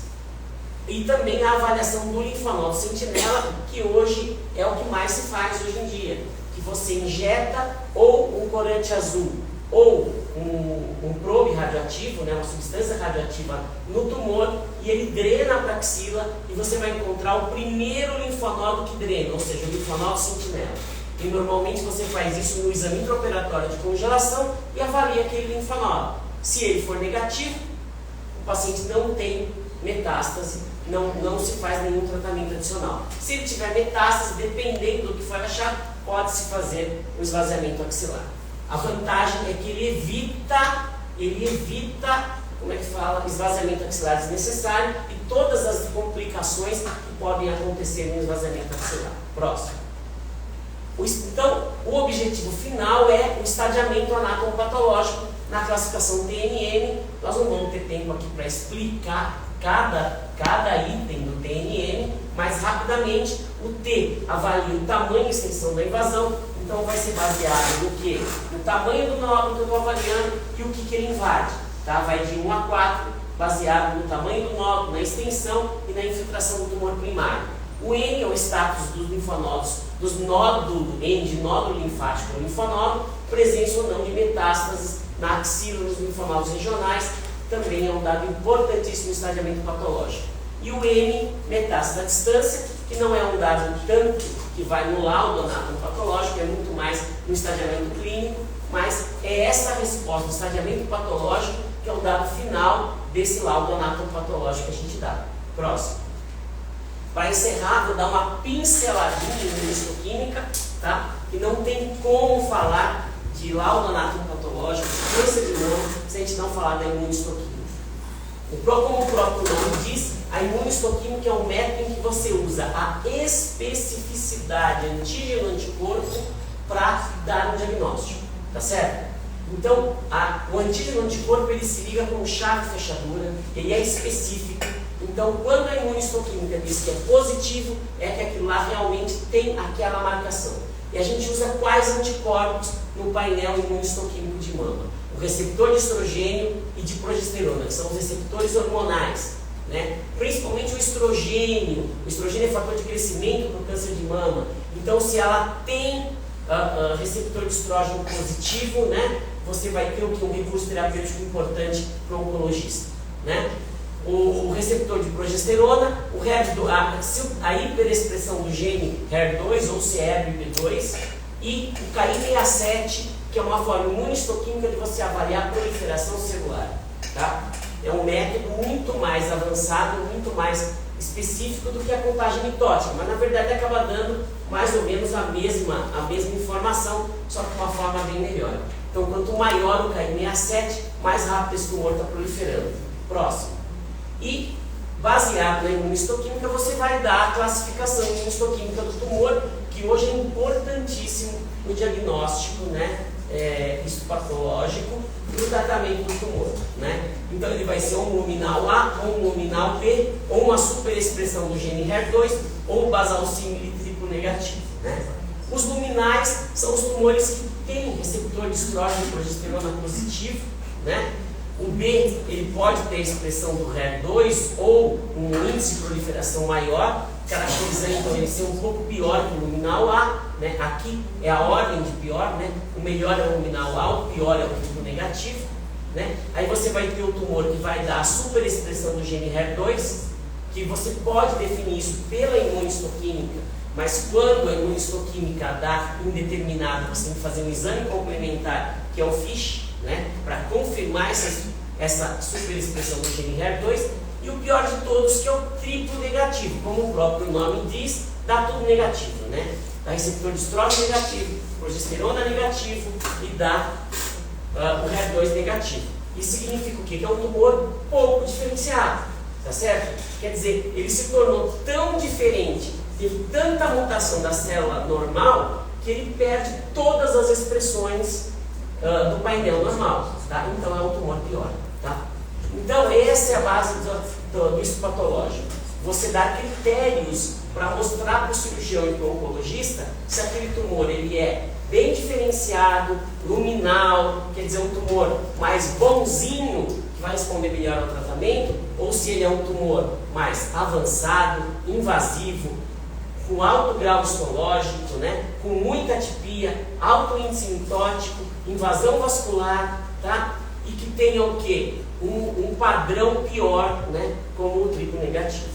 E baseado então nesses dados que o mastologista e o oncologista vão basear o tratamento desse paciente, ok? Espero que em 10 minutinhos eu tenha conseguido falar, não sei se passou um pouquinho, né? Mas tenha conseguido falar pelo menos a importância do laudo histopatológico, né? Complementando aí o que a Gisele já tinha falado na palestra anterior, tá? Muito obrigado.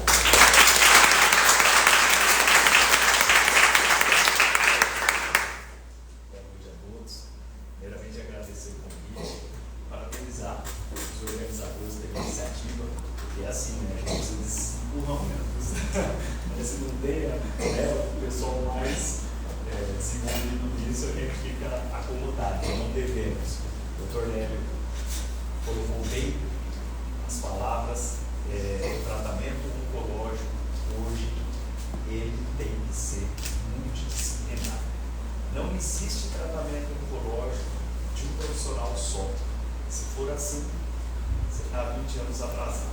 O Dourados não está perdendo mais nos grandes centros, justamente porque conseguiu fazer o quê? Trazer essa equipe multidisciplinar. Então, quando a gente olha aqui, hoje, quem trabalha com oncologia tem o patologista, tem o cirurgião plástico, tem a equipe que vai na cirurgia, a equipe de enfermagem, tem a enfermagem que vai lá auxiliar no tratamento, tem o fisioterapeuta, tem o nutricionista, tem todas as outras equipes que estão paralelas a isso. E a importância desse tratamento multidisciplinar entrou dentro da patologia, hoje trazendo para a gente o que a gente chama de oncologia de precisão.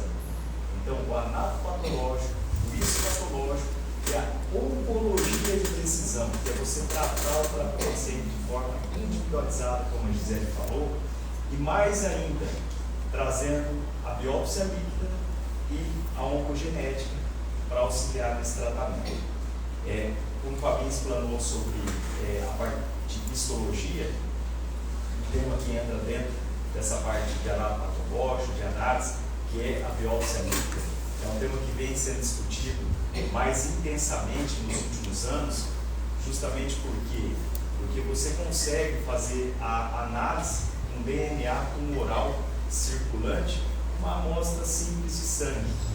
E isso muitas vezes, a Gisele comentou, da forma do acondicionamento do material, com essa análise, com essa biópsia líquida, às vezes você não precisa expor o paciente a uma nova biópsia, porque aquele material foi danificado no seu acondicionamento, ou a quantidade de material disponível para análise não permitiu esmiuçar aquele painel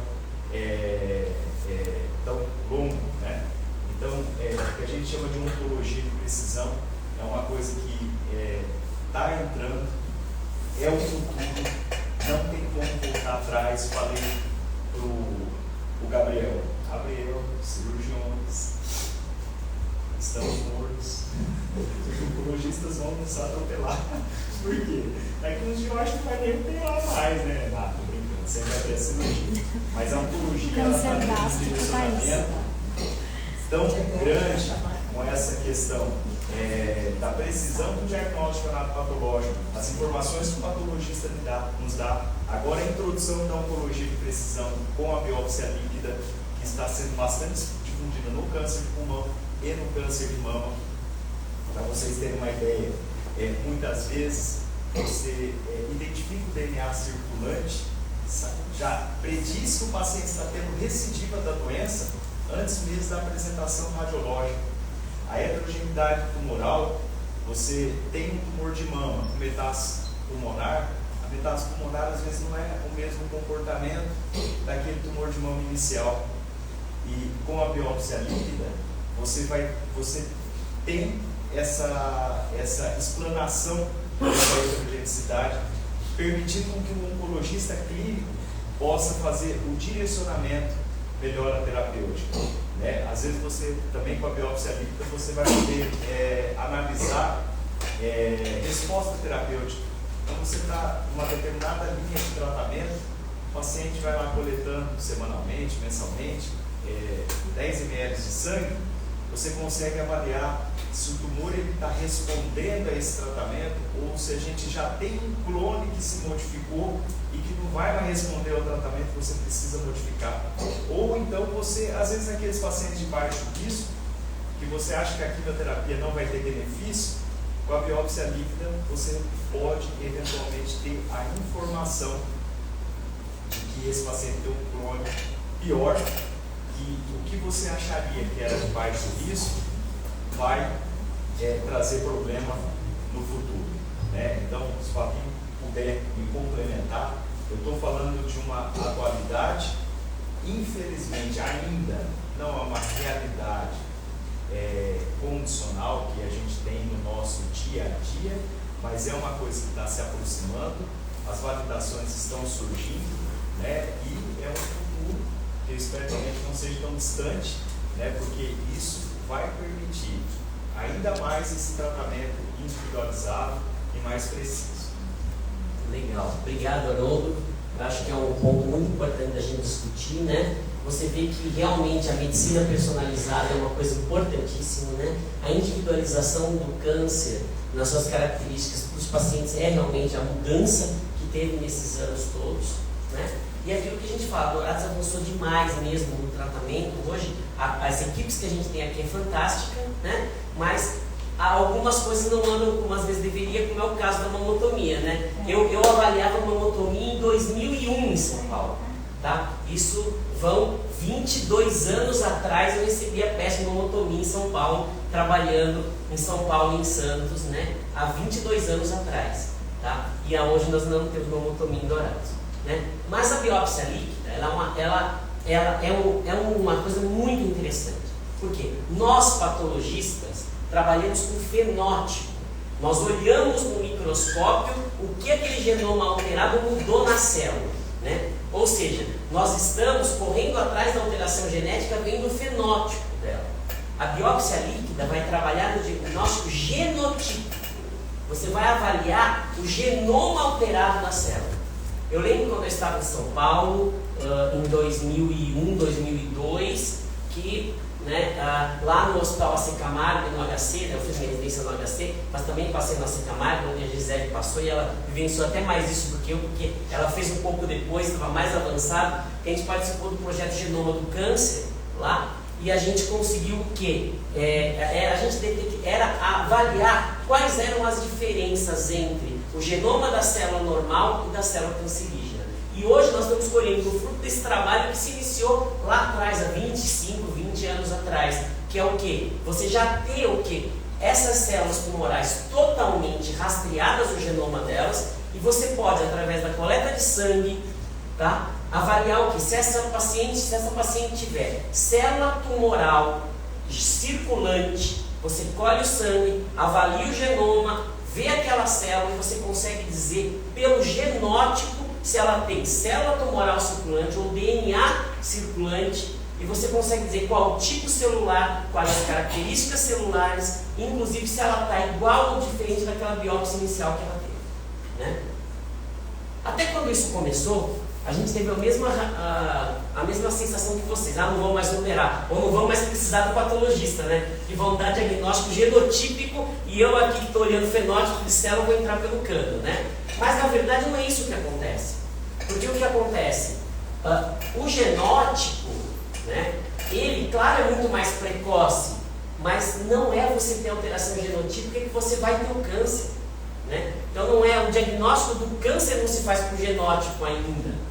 Pode ser que um dia mude, né? Mas o que acontece então? A biópsia líquida ela é muito importante em carcinomas avançados, né? Quando aquele tumor já invadiu o vaso sanguíneo, já tem célula tumoral circulante. Então ela não é para diagnóstico, então não muda essa biópsia que a gente faz aqui, que a gente vai continuar fazendo, mas ela muda demais o tratamento e a evolução disso para o oncologista. Acho que a Viviane vai complementar bem isso daí, né? Meu professor, o professor André Perdicaes, que eu tive a chance de trazê-lo aqui uma vez, se vocês conheceram, ele falava, né? Eu sou um oncossauro, daqui a alguns anos vão falar que eu operava câncer, né? Mas a coisa não anda tanto dessa forma, né? Mas é isso aí. Obrigado.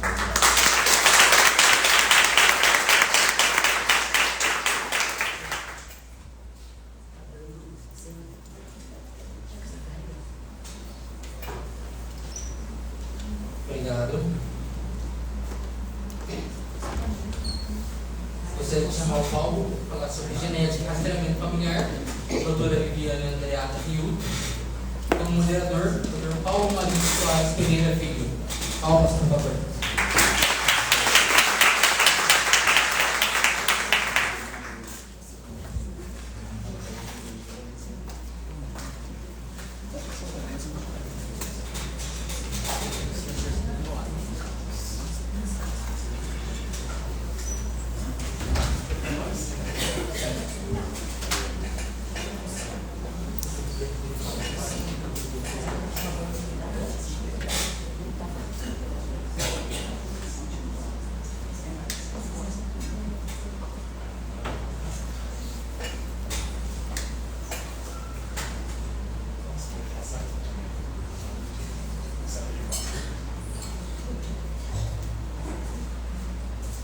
Bom, boa noite.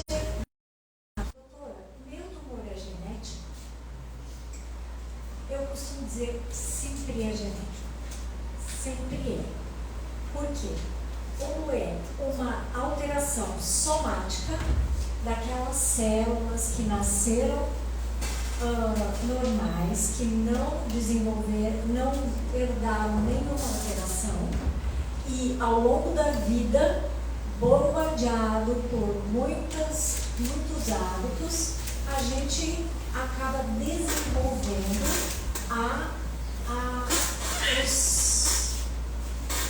as armas para fazer o tumor. E como isso começa?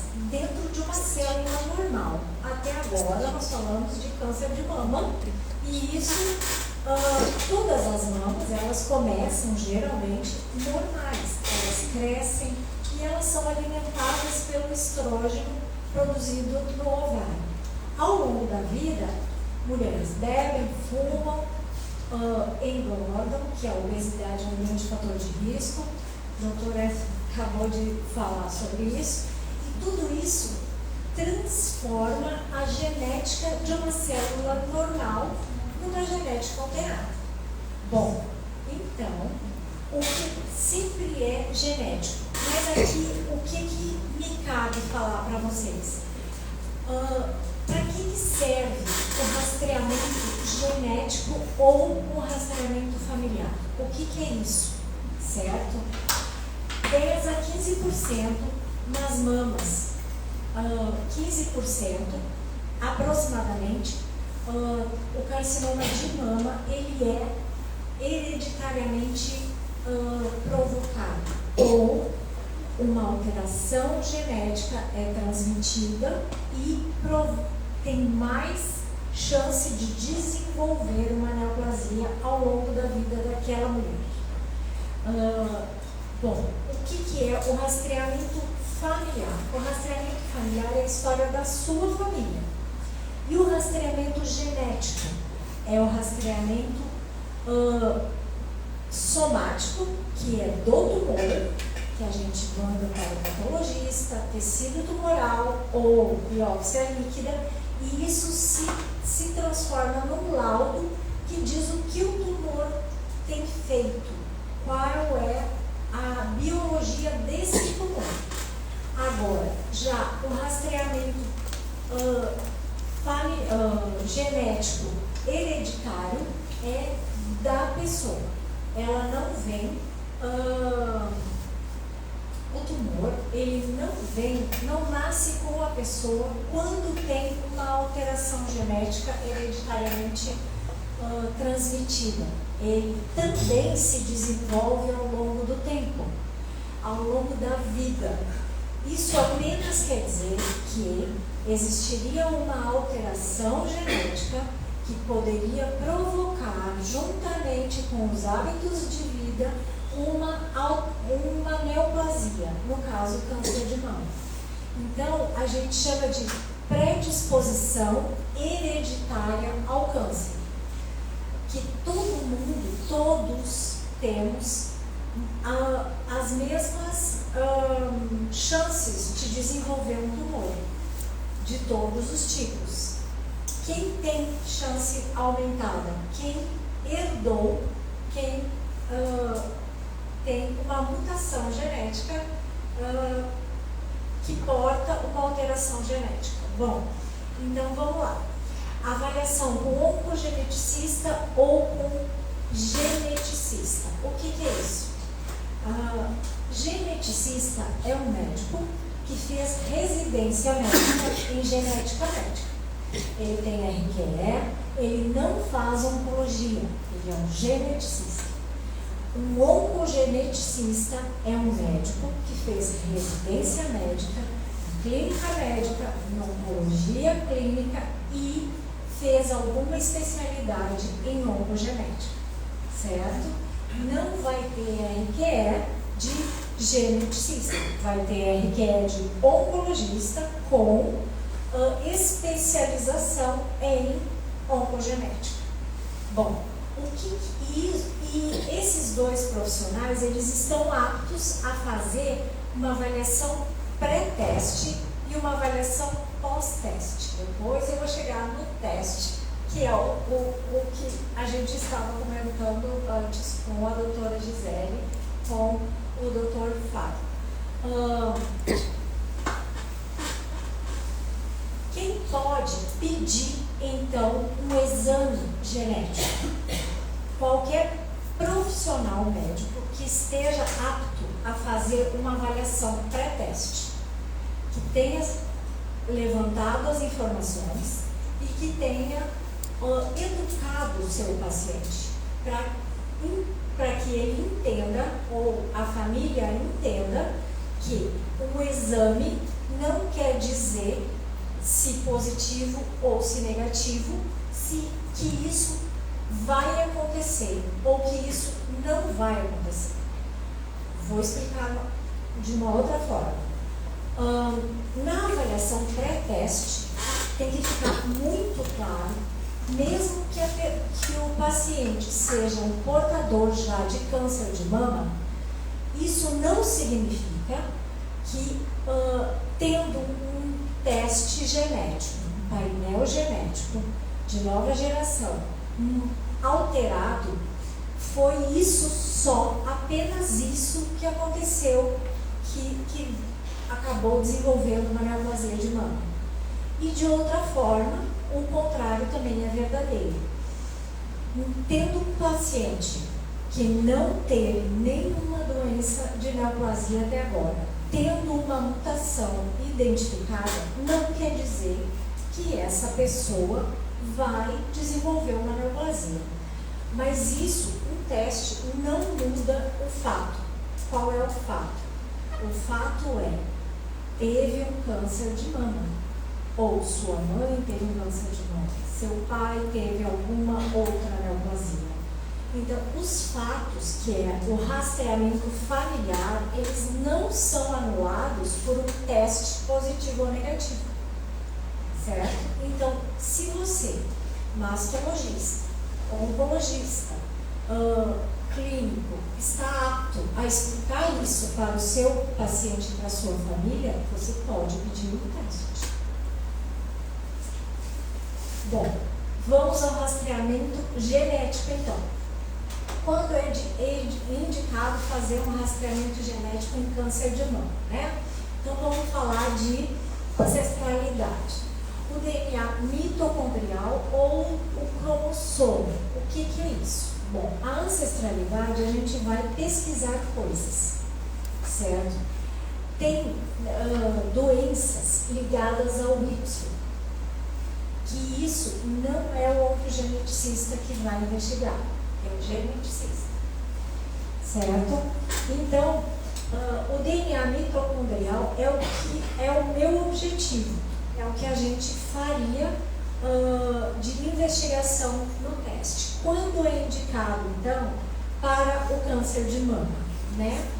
Bom, quando houver história pessoal de câncer de mama, está indicado pesquisa com painel multigênico, que a gente chama NGS, nova geração, painel New Generation Sequence. A gente consegue identificar algumas mutações de genes de alta penetrância ou média penetrância que vão ter significado clínico para a gente. E por que um painel multigênico? Hoje em dia, a gente não indica mais pequenos painéis, porque primeiro é uma ciência genética que está crescendo demais, as informações estão chegando demais e toda informação adquirida num painel multigênico, ela é banco de dados para os próximos anos e a gente vai ter novidades nessa área, todo ano tem.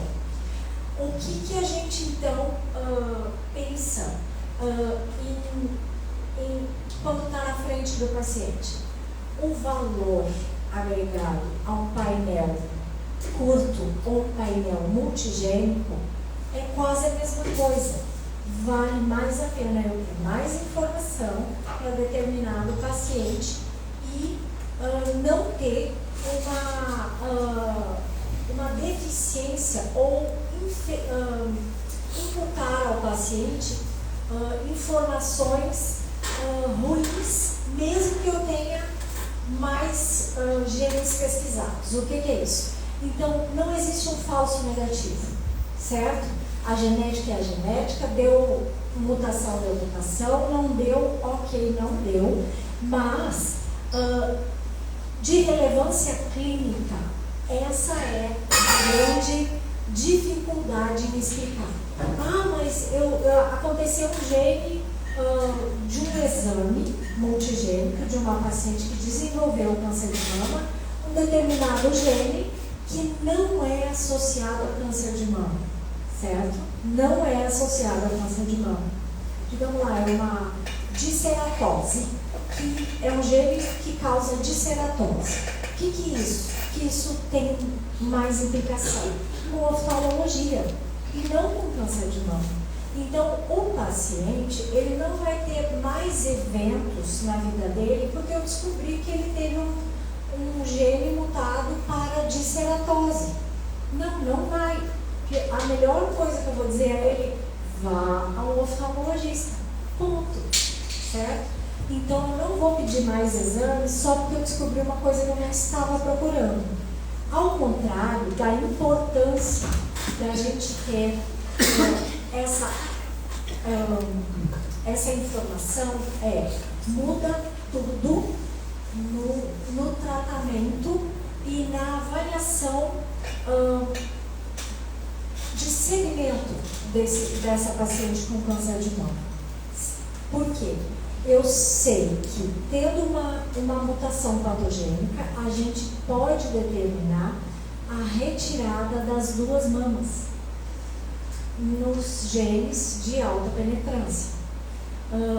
Então, quando que se testa, se encaminha para teste genético, teste multigênico, NGS, um painel expandido ou um painel mínimo, paciente abaixo de 50 anos, que teve diagnóstico de câncer de mama, ou paciente de qualquer idade, que, olha que coisa mais assustadora, que a gente tem uma doença desenvolvida, tratada, e para que a gente pediria um painel numa paciente já tratando um câncer de mama? A gente pediria, então, para definir se ela é BRCA1, BRCA2, CDH1, PALB2, todos esses até aqui são de alta penetrância. O que isso significa? Se a gente identifica um tipo de gene patogênico, uma alteração patogênica, nesse exame dessa mulher que desenvolveu doença, a gente pode, no futuro, indicar cirurgias redutoras de risco e ela não desenvolver um outro tumor de mama. Inclusive, todos esses, exceto o CDH1, eles têm alta penetrância também para neoplasia de ovário. O que isso significa? Que neoplasia de mama a gente consegue rastrear. Antes do rastreamento, morria 40% a mais. Depois do rastreamento do câncer de mama, a gente consegue salvar muita gente. Hoje em dia, oncologicamente falando, a gente tem uma doença curável na maior parte dos casos. O que a gente tem, então, de problema nisso? É a recidiva, um novo tumor primário, porque essa mulher tem uma predisposição hereditária. Bom, outra indicação mulheres em qualquer idade têm que testar se a gente pensar em inibidores de PARP como tratamento, e se na histopatologia a gente identificar uma mulher de qualquer idade, com câncer triplo negativo, múltiplos tumores de mama múltiplos tumores de mama na mesma mulher, carcinoma lobular, com história familiar de neoplasia de estômago e câncer de mama em homens e ancestralidade como judeus. E a história familiar, então, história familiar de primeiro ou segundo graus, cuja história familiar dessa pessoa que desenvolveu o tumor, então, primeiro ou segundo grau, eu sou a pessoa que foi consultar.